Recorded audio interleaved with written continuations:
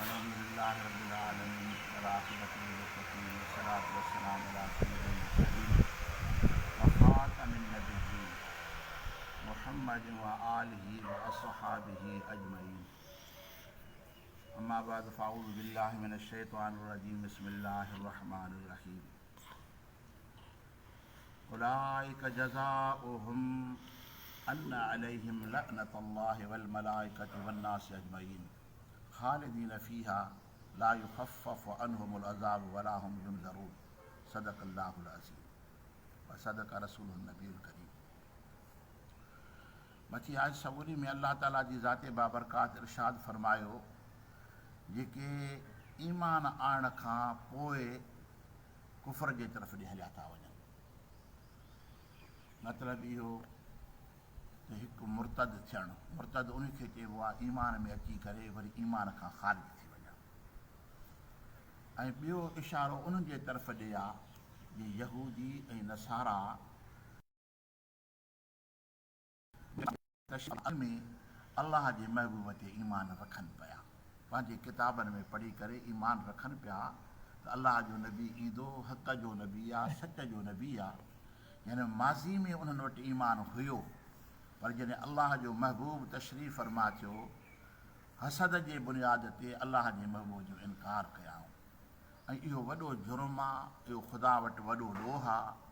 अल्लाह ताला जी ज़ाते बाबरकात इरशाद फरमाए उलाइका जज़ाउहुम, ऐं इन्हनि जे वास्ते कहिड़ो बदिलो आहे। फरमाए त अन्न अलैहिम लअनतुल्लाहि वल मलाइकति वन नासि अजमईन, इन्हनि जे मथां अल्लाह ताला जी ऐं उन जे मलाइकनि जी ऐं सभिनि माण्हुनि जी इन्हनि जे मथां लानत आहे। ख़ालिदीन फ़ीहा, इहे हमेशह इन लानत में हूंदा। यानी ईमान खां जॾहिं इंसानु निकिरी वियो त हाणे उन वटि लानत खां सवाइ ॿी का शइ रही ई कोन थी पई। फरमाए त ला युख़फ़फ़ु अन्हुमुल अज़ाब वला हुम युनज़रून। रब फरमाए त उन्हनि जे मथां अज़ाब बि हल्को न थींदो, न वरी उहे मोहलत ॾिना वेंदा। दुनिया ऐं आख़िरत जे अंदरि उनजे लाइ रुसवाई आहे। यानी अलाह जी बारगाह जे अंदरि हमेशह ईमान ते क़ाइमु रहण जी दुआ घणो घुरिजे। या अलाह हीअ जेका तो तौफ़ीक़ नसीब फरमाई आहे, असांखे तूं उनजे मथां क़ाइमु फरमा। इंसानु पंहिंजे वस में न आहे, ॾिसो त घड़ी घड़ी उनजी तबियत में तग़य्युर तबदुल अचे थो, ख़्याल मटिजनि था पिया। दुनिया जी गर्दिश जेका आहे साक़त न आहे, दुनिया गर्दिश में आहे, ईअं इंसान बि गर्दिश में आहे। पोइ उनजे तबियत में लाहा चाढ़ा अचनि था त उनजे अंदरि ख़ुदा जी मदद जो हुजणु ज़रूरी आहे। ऐं हमेशह माण्हू रब जी बारगाह में दुआ घुरे, या अल्लाह असांखे जीअं ईमान जी तौफ़ीक़ अता फरमाई आहे, करीम रब असांखे उनजे मथां क़ाइमु फरमा। अॻिते इरशाद फरमाए त इल्लल लज़ीन ताबू मिन बाद ज़ालिक, मगर जिन शख़्सनि तौबह कयूं पोइ इन खां, यानी ॻाल्हि सम्झ में हुननि खे अची वई ऐं वरी उनखां पोइ तौबह कयाऊं, तौबह करण खां पोइ असलहू ऐं इस्लाह कयाऊं।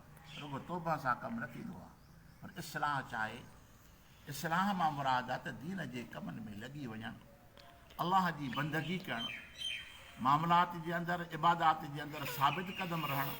रुगो तौबह तौबह तौबह जो लफ़्ज़ न चइजे, बल्कि तौबह जो मतिलबु इहो आहे त बानो दुनिया खे पुठी ॾेई करे पंहिंजे रब जे तरफ़ ॾे हलियो अचे। फ़इन अल्लाह गफ़ूर रहीम, अल्लाह ताला जी ज़ाते बाबरकात फ़र्द बेशक पोइ अल्लाह ताला जी ज़ाते बाबरकात बख़्शणहार बि आहे, रहम कंदड़ बि आहे। कंहिंजे लाइ जेके तौबह कनि था, ऐं तौबह सही तौबह पंहिंजे रब जे तरफ़ ॾे सही रग़बत रखनि था, सची दिलि सां तौबह करे ऐं पंहिंजी ज़िमेवारी खे निभाइनि था, अल्लाह ताला जी ज़ाते बाबरकात उनजे लाइ बख़्शणहार बि आहे, रहम कंदड़ बि आहे। फरमाए त इन लज़ीन कफ़रू बाद ईमानिहिम, बेशक जिन शख़्सनि कुफ़ुर कयो पोइ ईमान खां, सुम्म ज़दादू कुफ़रन, कुफ़र खे ज़्यादा कया।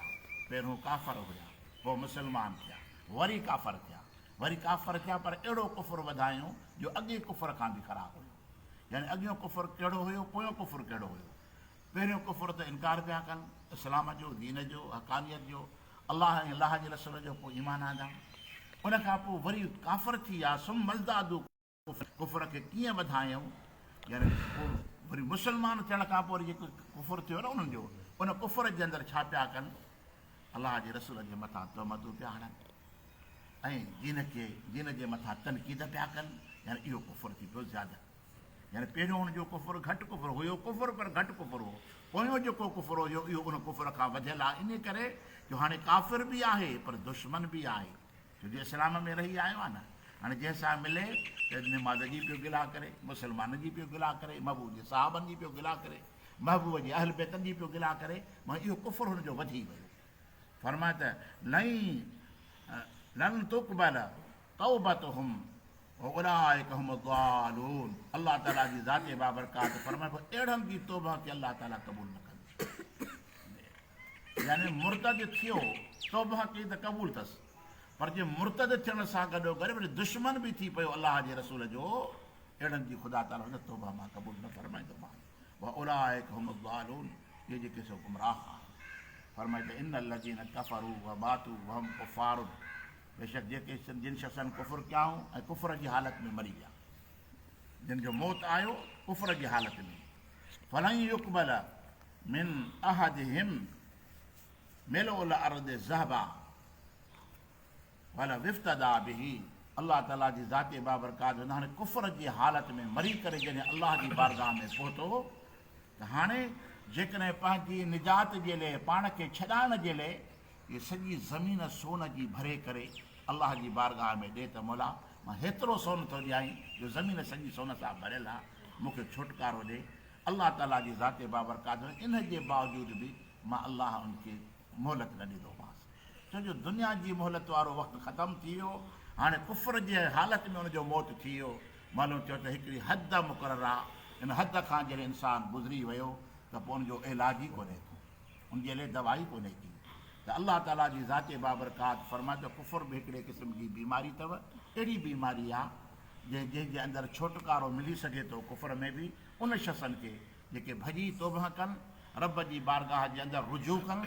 अल्लाह ताला जी ज़ाते बाबरकात उनजे लाइ बख़्शनहार बि आहे, रहीम बि आहे। बल्कि जेके इन हालत में ॾींहों ॾींहुं क़दम वधाईंदा विया दुश्मनी में, सरकशी जे अंदरि, अल्लाह ताला जी ज़ाते बाबरकात उनजो मिसाल क़ुरान पाक में इरशाद थो फरमाए, जेकॾहिं सोन हुजे पर एतिरो सोन हुजे जो सॼी ज़मीन भरियल हुजे, एतिरो सोन जेकॾहिं पंहिंजे एवज़ में ॾियनि त मौला असांखे छुटकारो ॾे। अल्लाह ताला जी ज़ाते बाबरकात फरमाए कॾहिं बि क़बूल न कंदो आहे। हालांकि अल्लाह त एॾो करीम आहे, जॾहिं मोमिन रुॻो हिकिड़ो तिर खणी या हिकिड़ो कणिक जो दाणो खणी अल्लाह जी राह में ॾिए थो, ख़ुदा वटि हुन दाणे जो बि क़दुरु आहे। हे हेॾो सोन ॾिए थो पियो ऐं ख़ुदा उनखे क़बूल नथो करे, ऐं मोमिन हिकिड़ी खारक जी जड़ी ॾिए थो पियो, ख़ुदा उनखे बि क़बूल थो फरमाए। मालूम त सॼो दारो मदार ईमान जे मथां रखे। जे ईमान आहे त अमल जी बि इज़त आहे, अमल जो बि क़दुरु आहे, अमल जो बि वज़न आहे। जे ईमान न आहे त अमल ख़ुदा वटि क़बूल आहे ई कोन। तंहिं करे ईमान जो हुजणु ज़रूरी आहे, ईमान जे मथां क़ाइमु हुजणु ज़रूरी आहे।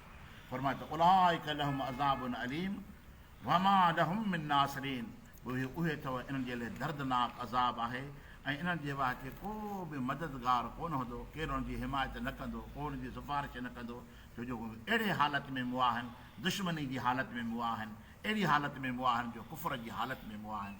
अल्लाह ताला जी ज़ाते बाबरकात असांखे पंहिंजे कलाम मजीद जे मथां अमल करण जी तौफ़ीक़ अता फरमाए, असांजे ज़ाहिर ऐं बातिन जी इस्लाह फरमाए।